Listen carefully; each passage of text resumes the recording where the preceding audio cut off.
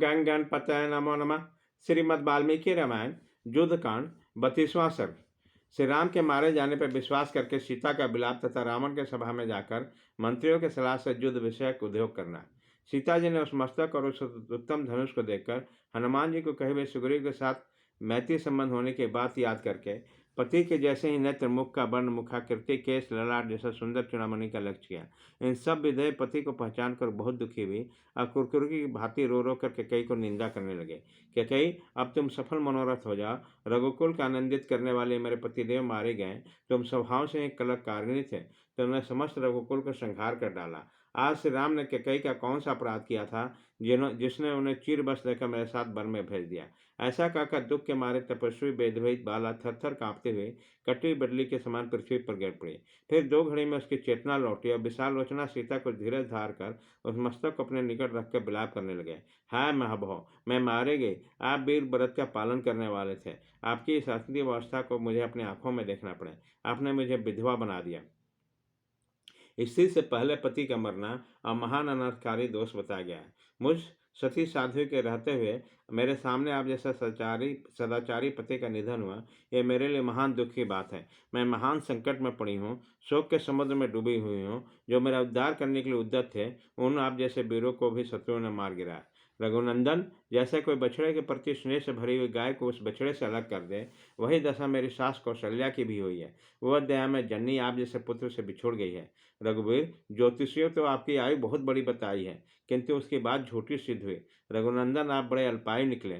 आपकी बुद्धिमान होते हुए आपकी बुद्धि मारी गई, तभी तो आप सोते हुए शत्रु के बस में पड़ गए। अथवा यह काल ही समस्त प्राणियों को उद्भव में हेतु है। अतः वही प्राणी मात्र को पकाता है, उनके शुभाशुभ कर्मों के फल से संयुक्त करता है। आप तो नीति शास्त्र के विद्वान थे, संकट से बचने का उपाय को जानते थे और वैष्णव के निवारण में कुशल थे, तो भी कैसे आपको ऐसी मृत्यु प्राप्त होगी जो दूसरे किसी वीर पुरुष को प्राप्त नहीं होगी।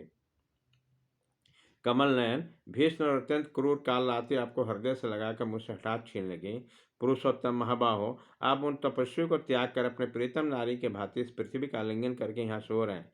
वीर, जिसका मैं प्रयत्नपूर्वक गंध और पुष्पमाला आदि के द्वारा नित्य प्रति पूजन करती थी तथा जो मुझे बहुत प्रिय था, यह आपका वही स्वर्णभूषित धनुष है। निष्पाप रघुनंदन, निश्चय आप स्वर्ग में जाकर मेरे ससुर अपने पिता दशरथ से तथा अन्य सभी पितरों से भी मिले होंगे।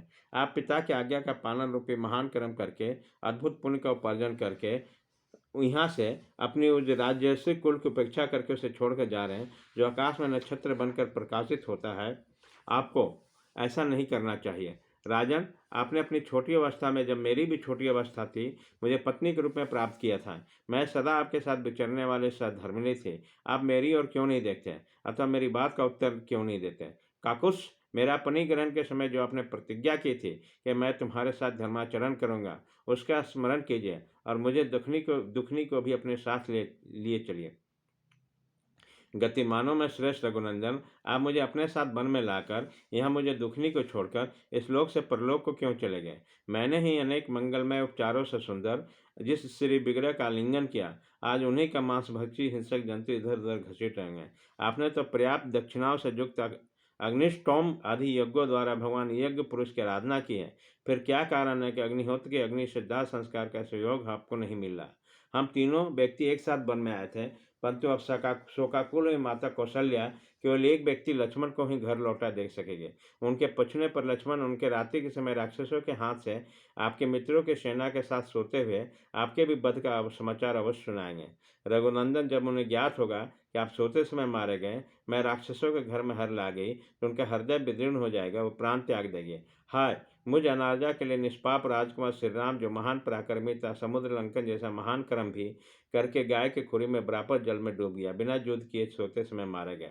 हाय दशरथ नंदन, श्री राम मुझ जैसा कलंगलग्नी नारी को मोहबस बिया लाए। पत्नी ही आज पुत्र श्री राम के लिए मृत्यु रूप बन गई। जिनके यहाँ सब लोग याचक बन के आते थे एवं सभी अतिथि जिनके प्रिय थे, उन्हीं श्री राम की पत्नी होकर मैं आज जो शोक कर रही हूँ, इससे जान पड़ता है कि मैंने दूसरे जन्म में निश्चय ही दान धर्म में बाधा डाली थी। रावण, मुझे भी श्री राम के शव के ऊपर रखकर मेरा वध कर डालो। इस प्रकार पति को पत्नी से मिला दो। यह उत्तम कल्याणकारी कार्य है, इसे अवश्य करो। रावण, मेरे सिर से पति का सिर और मेरे शरीर से उनके शरीर का संजोग करा दो। इस प्रकार मैं अपने महात्मा पति के गति का अनुसरण करूंगा। इस प्रकार दुख से संतप्त विशाल लोचना जनक नंदिनी सीता पति के मस्तक और धनुष को देखने की और विलाप करने लगे। इस तरह सीता जब विलाप कर रही थी, उसी समय रावण का सेना का एक राक्षस हाथ जोड़े हुए अपने स्वामी के पास आया। उसने कहा, राजपुत्र महाराज की जय हो कहकर रावण का अभिवादन किया और उसे प्रसन्न होकर कहा, सेनापति प्रहस्त पधारे हैं। प्रभु, सब मंत्रियों के साथ प्रहस्त महाराज की सेवा में उपस्थित हैं। वे आपके दर्शन करना चाहते हैं, इसलिए उन्होंने मुझे भेजा है। क्षमाशील महाराज, निश्चय ही कोई अत्यंत आवश्यक राजकीय कार्य आ पड़ा है, अतः आप उन्हें दर्शन देने का कष्ट करें। राक्षस की कही हुई बात सुनकर दशग्रीव रावण अशोक वाटिका को छोड़कर मंत्रियों से मिलने के लिए चला गया। उस मंत्रियों में अपने सारे कृत्य का समर्थन कराया और श्री रामचंद्र जी का पराक्रम का पता लगाकर सभावन में प्रवेश करके और प्रस्तुत कार्य की व्यवस्था करने लगा। रावण के वहां निकलते हैं और सिर और उत्तम धनुष दोनों अदृश्य हो गए। राक्षस राज रावण ने उन भयानक मंत्रियों के साथ बैठकर राम के प्रति किए जाने वाली तत्कालोचित कर्तव्य का निश्चय किया। फिर राक्षस राज रावण ने पास ही खड़े अपने हितैषी सेनापतियों को से इस प्रकार बोले, तुम सब लोग सिर डंडे से पीट पीट कर धोसा बताते हुए समस्त सैनिकों को एकत्र करो, परंतु उन्हें इसका कारण नहीं बताना चाहिए। तब दूतों ने तथास्तु कहकर रावण की आज्ञा को स्वीकार किया और इस समय सहसा विशाल सेना के कथ किया। फिर युद्ध की अभिलाषा रखने वाले अपने स्वामी को सूचना दी, सारी सेना आगे। इस प्रकार श्री वाल्मीकि निर्मित आर्ष रामायण आदि काम युद्ध कांड में 32वां सर्ग पूरा हुआ।